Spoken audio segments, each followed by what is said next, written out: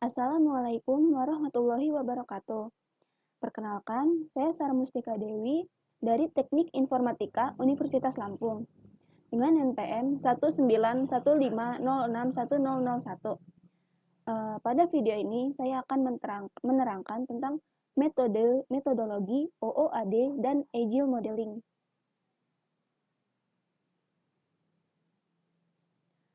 OOAD OOAD atau Object Oriented Analysis dan Design merupakan metode analisis yang memeriksa requirement dari sudut pandang kelas dan objek yang ditemui dalam ruang lingkup permasalahan yang mengarahkan arsitektur software yang didasarkan pada manipulasi objek-objek sistem atau subsistem.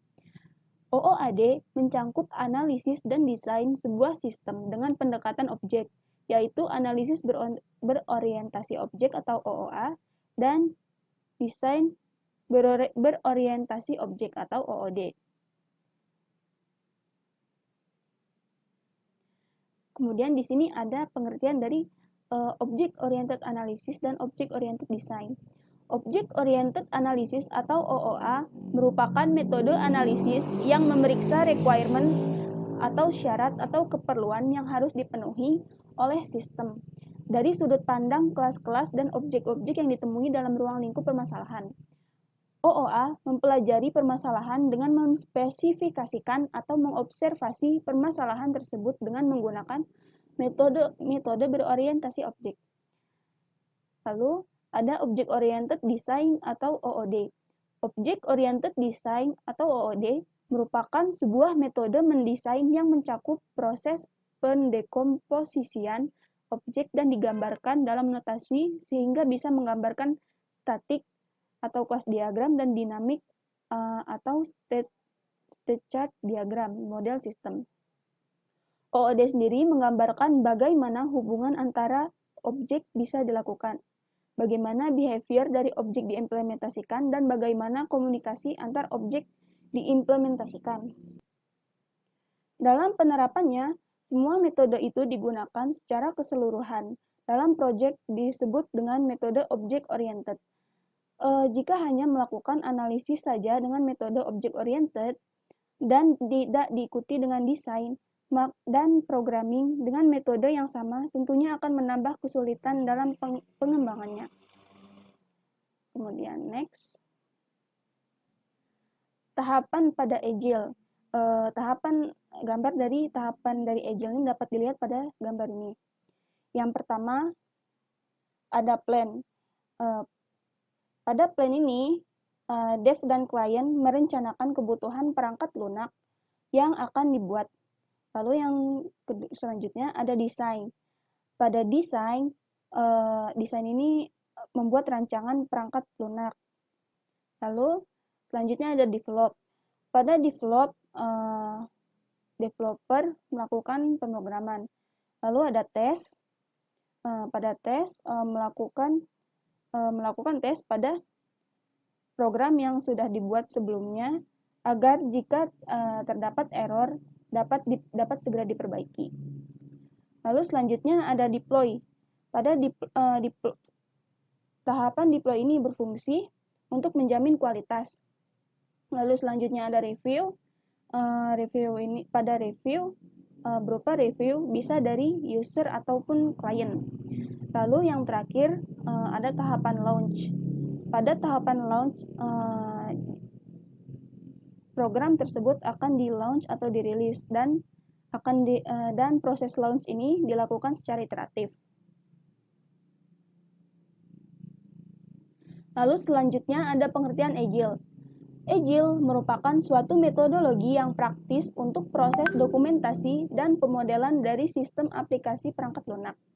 Agile terdiri dari kumpulan nilai-nilai, prinsip, dan praktek-praktek untuk memodelkan perangkat lunak agar dapat diaplikasikan pada proyek pengembangan perangkat lunak secara efektif dan efisien. Agile modeling memiliki prinsip dasar yang dapat mengungkapkan sikap yang seharusnya dimiliki pengembang ketika mereka mengembangkan perangkat lunak. Selanjutnya, di sini ada tujuan Agile ya. Tujuan Agile ini ada 7. Yang pertama ada high value, dan working up system.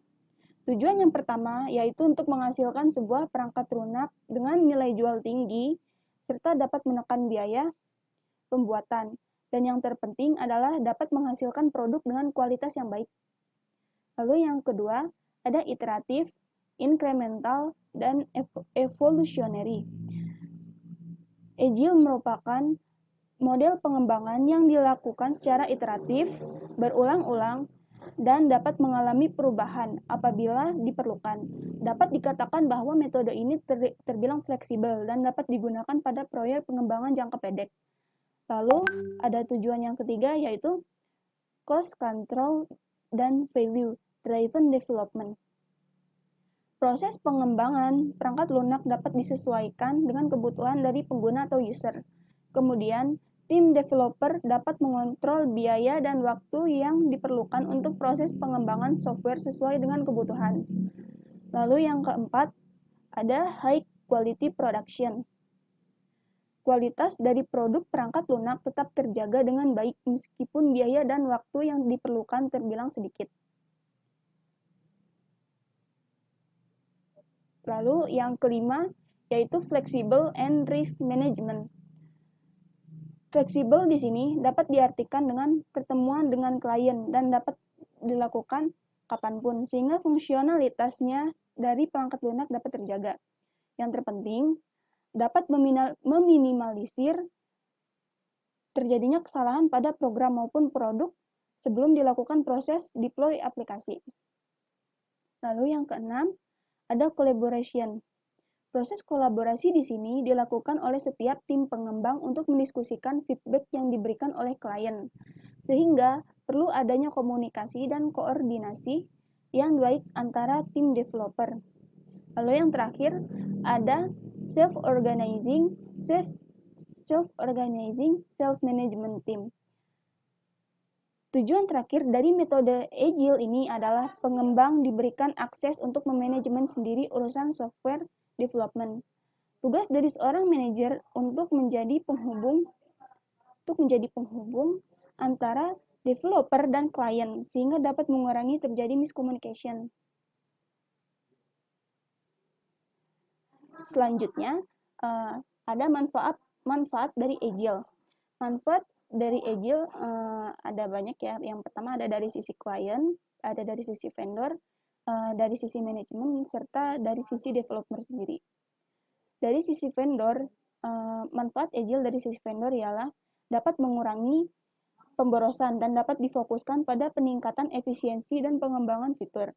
Lalu dari sisi manajer dapat mengontrol kerja dari setiap tim dengan lebih baik.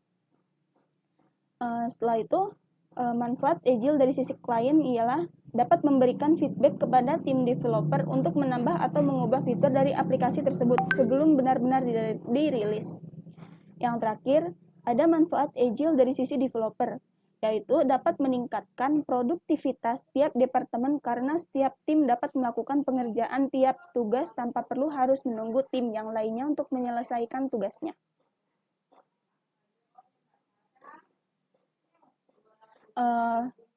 Setelah itu, pasti dari setiap model terdapat kelebihan dan kekurangannya masing-masing. Adapun kelebihan pada metode Agile ini ialah yang pertama, proses pengembangan perangkat lunak membutuhkan waktu yang relatif cepat dan tidak membutuhkan resource yang besar. Yang kedua, yaitu perubahan dapat ditangani dengan cepat sesuai dengan kebutuhan klien. Dan yang terakhir, klien dapat memberikan feedback kepada tim pengembang dalam proses pembuatan program. Nah, setelah kelebihan, yaitu ada kekurangan dari Agile. Yaitu yang pertama, Agile tidak cocok apabila dikerjakan oleh tim yang tidak memiliki komitmen untuk menyelesaikan proyek bersama-sama. Lalu yang kedua, metode Agile ini kurang tepat apabila dikerjakan dengan jumlah skala tim yang besar, yaitu lebih dari 20 orang.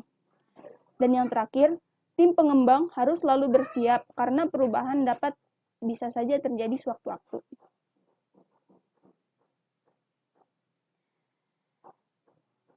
Sekian